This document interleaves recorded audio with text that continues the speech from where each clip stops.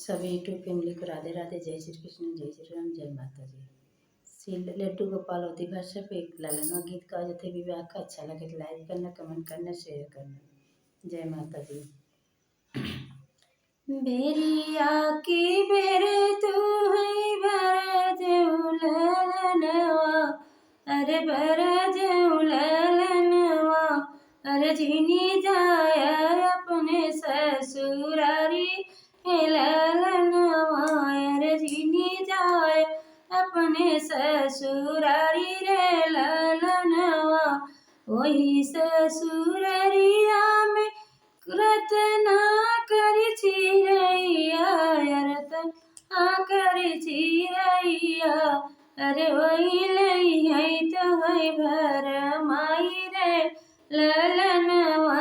अरे वही लई तो है भर माई रे ललनवा, अरे वही लई तो है भर रे ललनवा, अरे इतनी वचन सुने दुल्हे कवन रमत है, कवन रम मन मन मुस्काई रे ललन मायर मन न गए मुस्काई रे ललन। हम तौले पै एक हाथे ले पै मैया सोने कई पीजड़वा, अरे सोने कई पीजड़वा, अरे एक हाथे ले पै मैया मुट्ठी भरी धनवा, अरे मुट्ठी भरी धनवा, अरे सुख रतना करी चिरैया केले बै भला माई, अरे ले बै भर माई, अरे एक हाथ रतना कर चिरैया मैया ऐसे कई खियऊ भई, अरे ऐसे कई चुनऊ भई, अरे ले भई पिजड़ा फसाई रे ललनवा, अरे ले भई पिजड़ा फसाई रे ललनवा, रतना कर चिरैया मैया धनवा ऐसे कई खियऊ भई, ऐसे कई खियऊ भई, अरे ले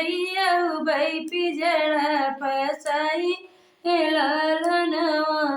बेरिया की बेरे तू है भर जे हो ललन, अरे भर जे हो ललन, अरे जिनी जाय अपने ससुरारी रे ललनवा, वही ससुररिया में चंचल तिरियावा, अरे चंचल तिरियावा, अरे वही लई तो है भर माई रे ललनवा, अरे वही लई तो है भर माई रे ललनवा, चंद एक हाथे ले भई मैया ढोलिया करवा, अरे ढोलिया करवा, अरे दूजे हाथे ले भई मैया खैरा सो पड़िया मघैया ढोली पनवा, अरे रनिया के लइयऊ बैद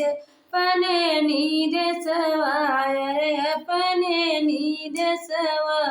अरे ले भई डड़िया फनाई रे ललनवा,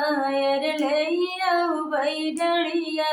फनाई रे ललनवा, अरे मघैनी पनवा माई रनी के खियऊ भई, अरे चंचल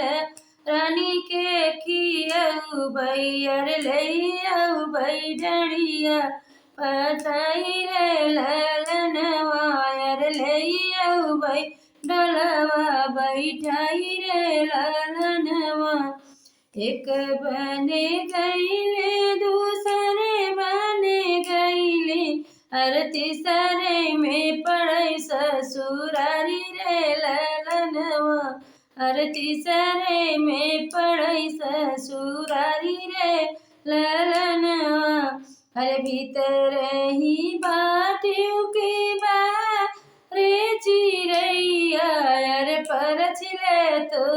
तरुद मदरे ललनवा अरे परछिले तू रुद मदरे ललनवा अरे परछिले तू दुलरुद मदरे ललनवा।